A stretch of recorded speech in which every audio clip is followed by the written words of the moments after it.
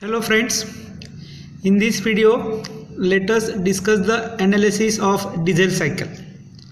So we can analyze the diesel cycle with the help of PV diagram as well as on the temperature versus entropy diagram. So let us see first PV diagram, how we can explain diesel cycle with the help of PV diagram.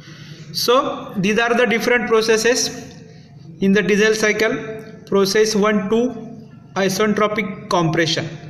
Cycle starts from point 1 and this process ends at the point 2. Here the pressure is going to increase and volume is going to decrease in the process 1 to, that is isentropic compression process. Process 2 3, heat addition at constant pressure process. That means the fuel injection starts from the point 2 and ends at the point 3 with a constant pressure process. That's why sometimes diesel cycle also called constant pressure cycle. Process 3-4, isentropic expansion process. Expansion of the gas takes place inside the process 3-4. This is the actual where we can get the real work done from the diesel cycle. Process 3 to 4. Okay, that means here volume increases from 3 to 4, and process 4-1, that is heat rejection process, or we can say this is a cooling process with a constant volume law. So these are the four processes we have seen with the help of PV diagram.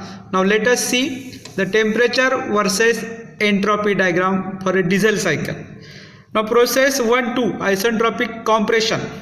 Okay, it means here the entropy remains constant in the process 1-2, and due to the compression the temperature increases. That's why this follows the natural upward direction 1-2. Okay, temperature is going to be increased in the process 1-2. Process 2-3, it is a constant pressure process. Heat addition takes place inside this process, and temperature is going to be rise at the end of the process. That's why this graph goes in an upward direction at the point 3. The process close at the point 3. Again process 3-4, it is isentropic expansion. The entropy remains constant in this process. And process 4-1, cooling process or heat rejection process. So temperature is going to be downward direction. That's why this graph comes in a downward direction and cycle closes at the point 1. So these are the PV and TS diagram for a diesel cycle. Now in the analysis of diesel cycle, we have to consider three different important ratios. First one is the compression ratio, that is total volume divided by clearance volume. We have shown this with small r. Cutoff ratio, rho, symbol is rho, V3 by V2. That means V3 by V2 is volume after heat addition divided by volume before heat addition. That is cutoff ratio V3 by V2. Similarly, expansion ratio can be shown with symbol small re, V4 by V3. These three ratios are important to calculate the efficiency of the diesel cycle. Okay, now let us see further explanation.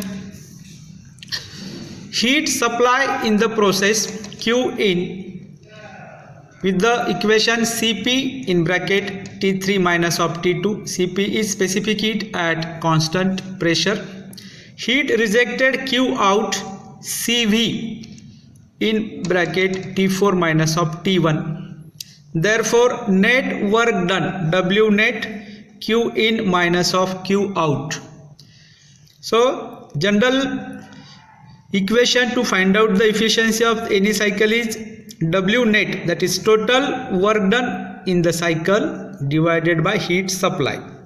So after simplifying these numerator and denominator, we will get efficiency of the thermal efficiency of the diesel cycle 1 minus T4 minus T1 divided by gamma in bracket T3 minus of T2. This gamma is nothing but that is the Cp by Cv, ratio of Cp by Cv. Here we consider the reciprocal of Cv by Cp.